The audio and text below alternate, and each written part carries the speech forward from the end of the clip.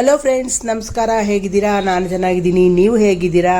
ಈ ದಿನ ನಾನು ಪರ್ಫೆಕ್ಟಾದ ಲಂಚ್ ಬಾಕ್ಸ್ಗೆ ಸರಿ ಹೋಗುವಂತಹ ವಾಂಗಿಭಾತನ ಮಾಡ್ತಾಯಿದ್ದೀನಿ. ಅದು ಹೇಗೆ ಮಾಡಬೇಕು, ಅದಕ್ಕೆ ಏನೇನು ಪದಾರ್ಥ ಹಾಕಬೇಕು ಅಂತ ನೋಡ್ಕೊಂಡು ಬರೋಣ. ಈ ವಿಡಿಯೋನ ನೋಡೋದಕ್ಕಿಂತ ಮುಂಚೆ ನನ್ನ ಚಾನಲ್ನ ಯಾರು ಸಬ್ಸ್ಕ್ರೈಬ್ ಮಾಡ್ಕೊಂಡಿಲ್ವೋ ಅವರು ಸಬ್ಸ್ಕ್ರೈಬ್ ಮಾಡ್ಕೊಳ್ಳಿ. ವೆಲ್ಕಮ್ ಟು ಇಂದುಮತಿ ಕುಕಿಂಗ್ ಚಾನಲ್ಗೆ ಸ್ವಾಗತ, ಸುಸ್ವಾಗತ. ಈ ವಾಂಗಿಭಾತು ತುಂಬಾ ಟೇಸ್ಟಿಯಾಗಿ ರುಚಿಯಾಗಿ ಇರುತ್ತೆ. ಅದಕ್ಕೆ ಏನೇನು ಪದಾರ್ಥ ಹಾಕಬೇಕು ಅಂತ ನೋಡೋಣ. ಮೊದಲಿಗೆ ಮಸಾಲೆ ಪದಾರ್ಥನ ತಗೊಂಡಿದ್ದೀನಿ.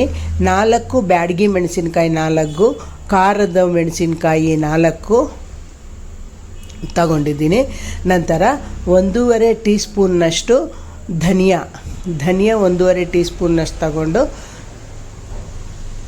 ನಂತರ ಚಕ್ಕೆ ಪೀಸು 1, ಮರಾಠಿ ಮೊಗ್ಗು 1, ಅನಾರಸ್ ಹೂವು ಒಂದು ಸ್ವಲ್ಪ, ಲವಂಗ 2 ಮತ್ತು ಕಡಲೆಬೇಳೆ 2 ಟೀ ಸ್ಪೂನ್ನಷ್ಟು, ಕಡಲೆಬೇಳೆ 2 ಟೀ ಸ್ಪೂನ್ನಷ್ಟು ಮತ್ತು ಉದ್ದಿನಬೇಳೆ 1-2 ಟೀ ಸ್ಪೂನ್ನಷ್ಟು ತಗೊಂಡಿದ್ದೀನಿ. ಇವನ್ನೆಲ್ಲನೂ ಈಗ ಹುರ್ಕೊಳ್ಳೋಣ. ಒಂದು ಬಾಣಲಿ ತಗೊಂಡು ಅವು ಒಂದೊಂದಾಗಿ ಹಾಕ್ಕೊಳ್ಳೋಣ. ಮೊದಲಿಗೆ ಮೆಣಸಿನ್ಕಾಯಿ, ಧನಿಯಾ, ಮರಾಠಿ ಮೊಗ್ಗು, ಚಕ್ಕೆ ಪೀಸು, ಲವಂಗ ಎಲ್ಲನೂ ಹಾಕಿ ಹುರ್ಕೊಳ್ಳೋಣ. ಒಂಚೂರು ಎಣ್ಣೆ ಹಾಕಬೇಕು. ಆದರೆ ಬಾಣಲಿ ಒಳಗಡೆ ಸ್ವಲ್ಪ ಎಣ್ಣೆ ಇತ್ತು, ಅದಕ್ಕೆ ಎಣ್ಣೆ ಹಾಕೋ ಕೆಲಸ ಇಲ್ಲ. ಇಲ್ಲೊಂದು ಸ್ವಲ್ಪ ಸ್ವಲ್ಪ ಎಣ್ಣೆ ಹಾಕ್ಕೊಂಡು ಹುರ್ಕೋಬೇಕಾಗುತ್ತೆ. ಇವಾಗ ಅದನ್ನು ಹುರಿತಾ ಇದ್ದೀನಿ. ಚಕ್ಕೆ ಪೀಸು, ಮರಾಠಿ ಮೊಗ್ಗು ಇದೆಲ್ಲ ಪಟ್ಟಂತ ಶಬ್ದ ಬರುತ್ತೆ ಹುರಿಯೋವಾಗ, ಮತ್ತು ಧನಿಯಾ ಕೂಡ ಕೆಂಪಗಾಗುತ್ತೆ, ಧನಿಯಾ ವಾಸನೆನೂ ಬರುತ್ತೆ. ಅಲ್ಲಿವರೆಗೂ ಹುರ್ಕೊಳ್ಳೋಣ. ಇವಾಗ ಹುರಿದಿರೋದಾಗಿದೆ. ಅದನ್ನು ಒಂದು ತಟ್ಟೆಗೆ ಹಾಕೋಣ. ತಣ್ಣಗಾಗೋದಕ್ಕೆ ಮಿಕ್ಸಿಗೆ ಹಾಕೋಬೇಕಲ್ಲ, ಅದಕ್ಕೆ ತಟ್ಟೆಗೆ ಹಾಕ್ಬಿಟ್ಟು ಅದಕ್ಕೆ ತಿರ್ಗಾ ಕಡಲೆಬೇಳೆ ತೊಗೊಂಡಿದ್ದೀನಲ್ಲ, ಆ ಕಡಲೆಬೇಳೆನ ಅದೇ ಬಾಣಲಿ ಒಳಗಡೆ ಹಾಕಿಬಿಟ್ಟು ಹುರ್ಕೊಳ್ಳೋಣ. ಅದು ಘಮ್ ಅಂತ ವಾಸನೆ ಬರುತ್ತೆ. ಕೆಂಪಗಾಗೋವರೆಗೂ ಹುರ್ಕೋಬೇಕು. ಸಣ್ಣ ಊರಿನಲ್ಲಿ ಹುರ್ಕೊಳ್ಳೋಣ, ಇಲ್ಲಾಂದರೆ ಅದು ಸೀದೋಗುತ್ತೆ. ಇವಾಗ ಅದು ಹುರಿದಿರೋದಾಗಿದೆ. ಅದನ್ನು ಕೂಡ ಅದು ತಟ್ಟೆಗೆ ಹಾಕ್ಬಿಟ್ಟು ಉದ್ದಿನಬೇಳೆ ಹಾಕೊಳ್ಳೋಣ. ಇದು ಕೂಡ ಹಾಗೆ ಕೆಂಪಗಾಗೋವರೆಗೂ, ಗಮ್ಮಂತ ವಾಸನೆ ಬರೋವರೆಗೂ ಹುರ್ಕೊಳ್ಳೋಣ. 1-2 ಸೆಕೆಂಡ್ ಫ್ರೈ ಮಾಡ್ಕೋಬೇಕು. ಚೆನ್ನಾಗಿ ಗಮ್ಮಂತ ವಾಸನೆ ಬರುತ್ತೆ. ನಂತರ ಇದು ಕೂಡ ಹುರಿದಿರೋದಾಗಿದೆ. ಇವಾಗ ಅದನ್ನು ಕೂಡ ತಟ್ಟೆಗೆ ಹಾಕಿ ತಣ್ಣಗಾಗೋದಕ್ಕೆ ಬಿಡೋಣ. ತಣ್ಣಗಾದ್ಮೇಲೆ ಮಿಕ್ಸಿಗೆ ಪೌಡ್ರ್ ಮಾಡ್ಕೊಂಡು ಬರಬೇಕು. ಇವಾಗ ಒಲೆ ಮೇಲೆ ಬಾಣಲಿ ಇಟ್ಟು ಅದಕ್ಕೆ ಒಂದು 3-4 ಟೀ ಸ್ಪೂನ್ನಷ್ಟು ಎಣ್ಣೆಯನ್ನು ಹಾಕಿದ್ದೀನಿ. ನಂತರ ಎಣ್ಣೆ ಕಾದ ನಂತರ ಸಾಸಿವೆ ಕಾಳು ಹಾಕಿ ಪಟ್ಪಟ ಅಂತ ಸಿಡಿದಿದ್ದಾದಮೇಲೆ ಅದಕ್ಕೆ ಕಡಲೆಬೇಳೆ 1.5 ಟೀ ಸ್ಪೂನ್ನಷ್ಟು ಹಾಕ್ತಾಯಿದ್ದೀನಿ.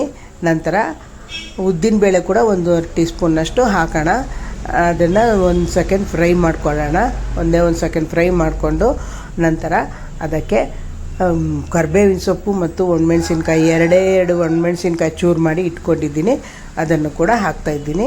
ಅದು ಫ್ರೈ ಆದ ನಂತರ ಅದಕ್ಕೆ 1/4 ಟೀ ಸ್ಪೂನ್ನಷ್ಟು ಅರಿಶಿನ ಪುಡಿಯನ್ನು ಹಾಕೋಣ.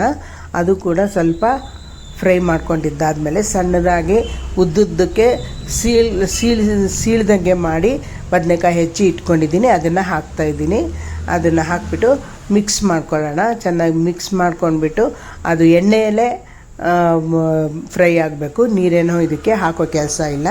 ಈಗ ಈ ಬಾಣಲಿ ಮೇಲೆ ಒಂದು ತಟ್ಟೆ ಇಟ್ಬಿಟ್ಟು ಅದಕ್ಕೆ ನಿಂಬೆ ಹಣ್ಣಿನ ಗಾತ್ರಗಿಂತ ಇನ್ನು ಸ್ವಲ್ಪ ದೊಡ್ಡ ನಿಂಬೆ ಹಣ್ಣಿನ ಗಾತ್ರ ಅಂತಲೇ ಇಟ್ಕೊಳ್ಳಿ. ಅದನ್ನು ತಗೊಂಡಿದ್ದೀನಿ. ಹುಣಸೆ ಹಣ್ಣು, ರುಚಿಗೆ ತಕ್ಕಷ್ಟು ಉಪ್ಪು ಹಾಕಿಬಿಟ್ಟು ನಂತರ ಅದು 1/2 ಲೋಟದಷ್ಟು ನೀರನ್ನು ಅದ್ರ ಮೇಲೆ ಹಾಕಬೇಕು.